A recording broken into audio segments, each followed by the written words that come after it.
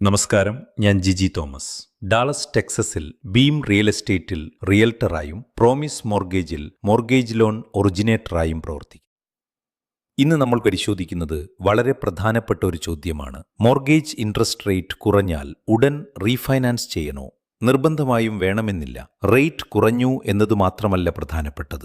Refinance ചെയ്താൽ നിങ്ങൾക്ക് യഥാർത്ഥത്തിൽ എത്ര ലാഭമുണ്ടാകും എന്നതാണ് പരിശോധിക്കേണ്ടത്.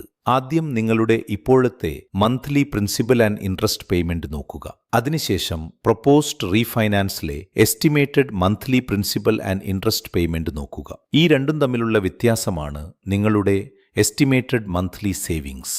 എന്നാൽ മന്ത്ലി സേവിങ്സ് മാത്രം കണ്ടിട്ട് തീരുമാനിക്കരുത്. റീഫൈനാൻസ് പൂർത്തിയാക്കാൻ വരുന്ന മൊത്തം ചെലവും പരിശോധിക്കണം. അതിൽ lender charges, title related charges, appraisal fee, discount points, prepaid interest, escrow requirements തുടങ്ങിയവ ഉൾപ്പെടാം. ബ്രേക്ക് ഈവൻ പീരിയഡ് സമം total refinance costs divide by estimated monthly savings. ഈ കൽക്കുലേഷൻ വഴി റീഫൈനാൻസ് ചെയ്യാൻ ചെലവാക്കിയ പണം മന്ത്ലി സേവിങ്സ് വഴി തിരികെ ലഭിക്കാൻ എത്ര മാസം വേണമെന്ന് മനസ്സിലാക്കാം. ഇതിനെയാണ് ബ്രേക്ക് ഈവൻ പോയിന്റ് എന്ന് പറയുന്നത്. ബ്രേക്ക് ഈവൻ എത്തുന്നതിന് മുമ്പ് നിങ്ങൾ വീട് വിൽക്കാനോ വീണ്ടും റീഫൈനാൻസ് ചെയ്യാനോ സാധ്യതയുണ്ടെങ്കിൽ ആ റീഫൈനാൻസ് നിങ്ങൾക്ക് പ്രതീക്ഷിച്ച ലാഭം നൽകണമെന്നില്ല. ഇനി മറ്റൊരു പ്രധാന പരിശോധന, റീഫൈനാൻസ് ആരംഭിക്കുന്നതിന് മുമ്പ് നിങ്ങളുടെ നിലവിലെ ലെൻഡർ അല്ലെങ്കിൽ മോർഗേജ് സർവീസറിനോട് ഈ രണ്ട് അമൗണ്ട്സ് ചോദിക്കുക. ഒന്ന്, കറണ്ട് പ്രിൻസിപ്പൽ ബാലൻസ്. രണ്ട്, പേ ഓഫ് എമൗണ്ട്. ഈ രണ്ടും ഒരേ എമൗണ്ട് ആയിരിക്കണമെന്നില്ല.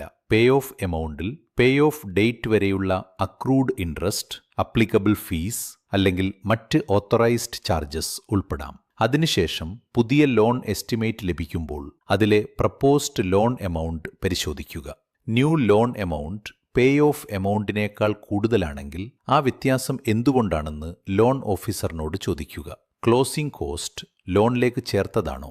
ഡിസ്കൗണ്ട് പോയിന്റ്സ് ഉൾപ്പെടുത്തിയിട്ടുണ്ടോ? പ്രീപെയ്ഡ് ഇൻട്രസ്റ്റ് അല്ലെങ്കിൽ എസ്ക്രോ റിലേറ്റഡ് എമൗണ്ട്സ് ഉണ്ടോ? മറ്റേതെങ്കിലും പേ ഓഫ് റിലേറ്റഡ് എമൗണ്ട് ഉൾപ്പെട്ടിട്ടുണ്ടോ? ക്ലോസിംഗ് കോസ്റ്റ് ലോണിലേക്ക് ചേർത്താൽ ക്ലോസിംഗ് സമയത്ത് പോക്കറ്റിൽ നിന്ന് നൽകേണ്ട തുക കുറയാം. എന്നാൽ പുതിയ ലോൺ ബാലൻസ് കൂടുകയും ആ ഫൈനാൻസ്ഡ് എമൗണ്ടിനുമേൽ ഇൻട്രസ്റ്റ് നൽകേണ്ടി വരികയും ചെയ്യാം. അതുകൊണ്ട് റീഫൈനാൻസ് ചെയ്യുന്നതിന് മുമ്പ് പ്രധാനമായും പരിശോധിക്കേണ്ട കാര്യങ്ങൾ: proposed interest rate and APR, estimated monthly payment difference, total refinance cost, break even period, current principal balance, pay off amount, new loan amount. പുതിയ ലോൺ എത്ര കാലം നിലനിർത്താനാണ് നിങ്ങൾ ഉദ്ദേശിക്കുന്നത്?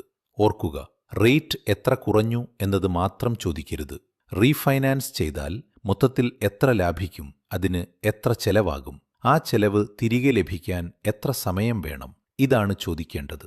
നിങ്ങളുടെ നിലവിലെ ലോൺ ഇൻഫർമേഷൻ ഉപയോഗിച്ച് റീഫൈനാൻസ് കമ്പാരിസൺ തയ്യാറാക്കാൻ ആഗ്രഹിക്കുന്നുവെങ്കിൽ എന്നെ ബന്ധപ്പെടാം. നമ്പേഴ്സ് പരിശോധിച്ചതിന് ശേഷം റീഫൈനാൻസ് സാമ്പത്തികമായി പ്രയോജനകരമാണോ എന്ന് വിലയിരുത്താം. മോർഗേജ്, റീഫൈനാൻസ്, റിയൽ എസ്റ്റേറ്റ് വിഷയങ്ങൾ ലളിതമായ മലയാളത്തിൽ പഠിക്കാൻ ചാനൽ സബ്സ്ക്രൈബ് ചെയ്യൂ. അടുത്ത വീഡിയോയിൽ വീണ്ടും കാണാം. നന്ദി.